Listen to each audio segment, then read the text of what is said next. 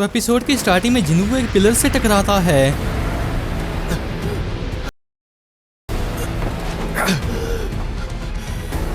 और फिर वो मन में कहता है मैंने टेलीपोर्टेशन स्टोन खो दिया और मेरे पास उसे ढूंढने का वक्त नहीं है। अब उन्हें हराना ही मेरे जिंदा बचने का इकलौता रास्ता है। तभी वो नाइट्स हमला करने जाते हैं और जिन्वू भी उनके साथ लड़ने लगता है और साथ में मन में कहता है मेरा शरीर थक गया है और मैं स्टेल्थ या मर्डरस इंटेंट स्किल भी इस्तेमाल नहीं कर सकता, लेकिन फिर भी मैं हार नहीं सकता। मैं यहाँ से जिंदा बचकर निकलूंगा। जिसके बाद वो एक को पंच मारता है और फिर उन सभी को फिर से मारने लगता है। फिर वो आगे मन में कहता है मैं हमेशा से ही कमजोर रहा हूँ, इसलिए मैं उस दुख को अच्छे से समझता हूँ, पर फिर भी मैं टॉप पे जाने की इच्छा रखता हूँ। फिर हम उसे बहुत बुरी तरह से थका देखते हैं और उसका हाथ भी बुरी तरह से छिल चुका होता है और वो भी बेहोश होने लगता है।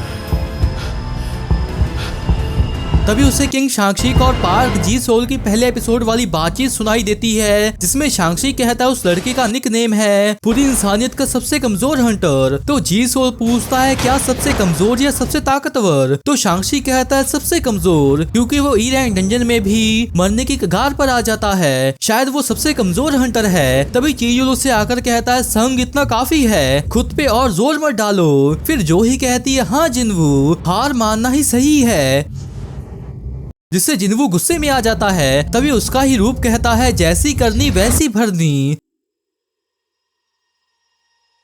तुम हमेशा रिस्क क्यों लेते हो? एक ही रैंक हंटर के रूप में तुम्हें इतने विकास से ही संतुष्ट हो जाना चाहिए था। बताओ क्या मैं गलत हूँ? जिन्वू, जिसके साथ ही इंट्रो शुरू हो जाता है और इंट्रो के बाद हम लोग गन ही को देखते हैं और वो कहता है थर्ड जीजू आइलैंड रेड मिशन। उस वक्त मैं लड़ने के काबिल नहीं था, इसलिए मैं हिस्सा नहीं ले पाया। तुम भी इसका हिस्सा थे है ना? तो जिनचुल कहता है जी मेरा काम ऑर्डर्स देना और बाहरी सुरक्षा करना था। फिर गन ही कहता है तभी बहुत जाने गई थी और जो लॉर्ड के घर आए थे वो सभी भी सदमे में थे। किसी भी हंटर को जैसे एक्सपीरियंस मिल सकते हैं, लेकिन अगर हम वैसे सदमे से उभर ना पाए तो हमारा मरना ही बेहतर है। इधर जिन्वू का वो वाला रूप उससे कहता है वैसे मुझे कहना पड़ेगा क्या ये मैं ही हूँ? मैं खुद को ही पहचान नहीं पा रहा। बस लंबा ही नहीं बल्कि ताकतवर भी हो गया हूँ और सच में दिखने में भी काफी ताकतवर लगता हूँ, पर मैं बस बाहर से ही बदला हूँ, अंदर से मैं अब भी कमजोर हूँ और लग रहा है कि मैं फिर से मरने वाला हूँ। तभी एक नाइट उस पर हमला करता है। फिर वो वाला रूप आकर कहता है संग जिन्वू, एक ई रैंक हंटर, मैं हमेशा यही रहूंगा, एक ड्रीमर यानी कि सपने देखने वाला जिसे कि इस दुनिया में खुद की औकात नहीं पता। तो असली वाला कहता है चुप रहो। तभी वो कुछ नाइट से बचता है, लेकिन साथ ही में एक और आकर उसे पकड़ लेता है और हम देखते हैं कि उसकी वजह से जिन्वू के सर से बहुत सारा खून निकल आता है। फिर जिन्वू सामने देखता है और वो वाला रूप कहता है अब भी काफी नहीं है, तुमने अपने इरादों के बारे में बड़ी बड़ी बातें की पर फिर भी ऐसी हालत हो गई, तुम ही अपनी मौत के जिम्मेदार बनोगे। फिर असली वाला मन में कहता है तो अंत में कुछ भी नहीं बदला है, बिल्कुल उस बार की ही तरह। पर उसके बाद क्या हुआ था? तभी उसके सामने डेली क्वेस्ट वाली स्क्रीन आती है और हम देखते हैं कि उसका पेनल्टी क्वेस्ट बस शुरू ही होने वाला होता है। फिर जिन्वू मन में कहता है ये क्वेस्ट खत्म हो रहा है, क्या इसे ही लकी होना कहते हैं? फिर उसका वो वाला रूप कहता है लगता है कि तुम यहाँ नहीं मरोगे, फिर मिलते हैं। जिसके साथ ही डेली क्वेस्ट ना पूरा होने वाली स्क्रीन आती है। साथ में वो नाइट भी हमला करता है और उसके बाद हम लोग जिन्वू को पेनल्टी जोन में देखते हैं और वो कहता है अरे हाँ मैंने आज अपना डेली क्वेस्ट पूरा नहीं किया था। खैर जो भी हो, क्या टाइमिंग है, इसके कारण मैं बच गया। क्या उस गुड लक का मतलब ये था कि ये क्वेस्ट क्लियर करना मुश्किल होगा, या शायद सिस्टम चाहता था कि मैं जिंदा रहूं इसलिए वो मुझे हौसला दे रहा था। खैर जो भी हो, फिर वो स्टोर को ओपन करता है और एक पोशन खरीद कर कहता है ये पहली बार हुआ है कि मेरा फटीग 90 से ऊपर चला गया। फिर वो पोशंस को पीकर फटीग यानी कि थकान को कम करता है और फिर एक हीलिंग पोशन पीने लगता है। लेकिन तभी एक स्क्रीन आती है जिसे देखकर वो कहता है तो इस नाजुक हालत में पोशंस तक मेरी हेल्थ को रिस्टोर नहीं कर सकते, मुझे ये नेचुरली रिस्टोर करनी होगी या जब मैं लेवल अप करूंगा तब। तभी वहां पर वो कैटरपिलर वाले बीस्ट आ जाते हैं और जिन्वू कहता है शायद मैं बेकार में ही परेशान था। फिर वो उसके उस रूप की कही बात को दोहराता है, क्या कहा फिर मिलते हैं। तो ठीक है, अगर मैं जिंदा रहा तो हम दोबारा जरूर मिलेंगे। अगर ये दर्द मुझे मार नहीं सकता है तो ये मुझे ताकतवर बनाएगा। इसके बाद वो गुस्से में उन सभी पर हमला कर देता है।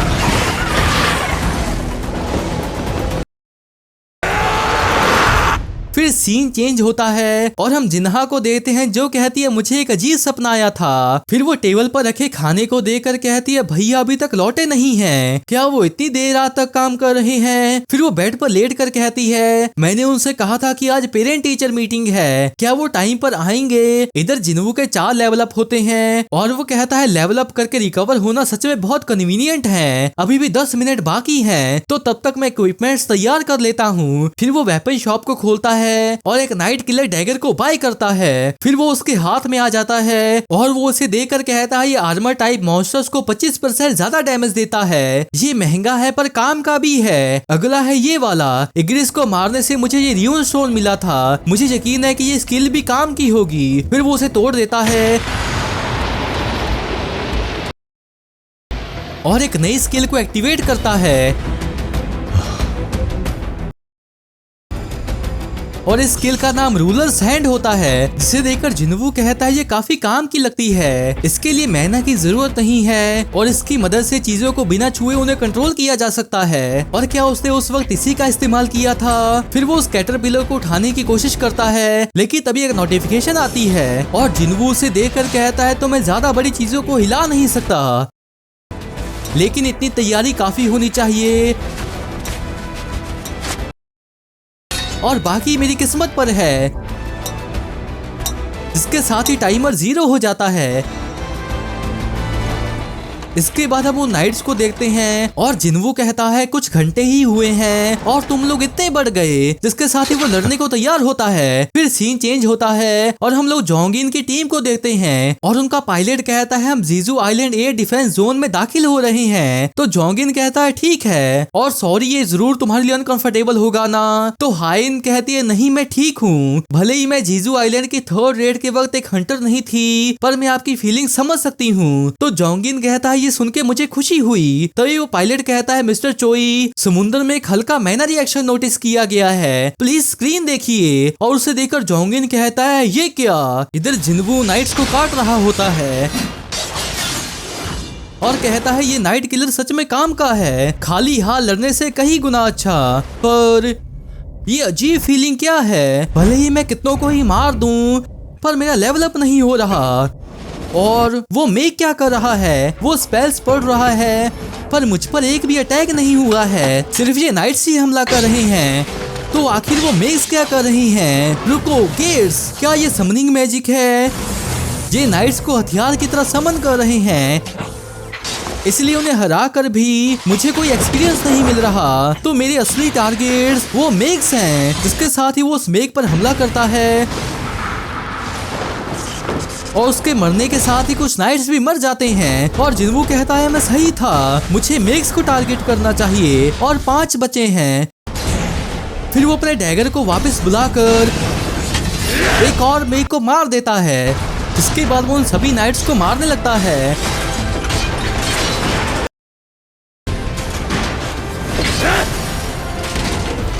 और साथ में अपनी रूलर्स हैंड स्किल का भी इस्तेमाल करता है। और हम देखते हैं कि उसने उन नाइट्स का ढेर लगा दिया होता है और वो कहता है तुम कब तक उनके पीछे छुपोगे। इसके साथ ही वो उसे साइड में मारकर अपने पास बुलाता है और फिर उसे बीच में से काट देता है। तभी बचे हुए तीनों मेक्स एक साथ मैजिक इस्तेमाल करते हैं और वो सभी मरे हुए नाइट्स एक साथ मर्ज हो जाते हैं। फिर जिन्वू उसके हमले से बचता है और भागकर जाकर उसके ऊपर चढ़कर उस सैंडलेयर के ऊपर बैठ जाता है। फिर वो उसकी चेन को काटता है और उसे उस गोलम के ऊपर फेंक देता है। फिर वो आगे मन में कहता है तुम नाइट्स की पावर को जमा करके एक पावरफुल बीस्ट समन करने वाले हो, लेकिन नाइट्स जितने कम होंगे तुम्हें खोजना उतना आसान होगा। तो ये बड़ा वाला उस पर हमला करता है, लेकिन जिन्वू से बचकर सीधा उन मेक्स को मार देता है। पर उससे भी वो बड़ा वाला नाइट नहीं मरता। फिर जिन्वू कहता है तुम्हें समन करने वाले मेक्स मर चुके हैं इसलिए तुम्हें भी मर जाना चाहिए। जिसके साथ ही वो उसे भी मार देता है।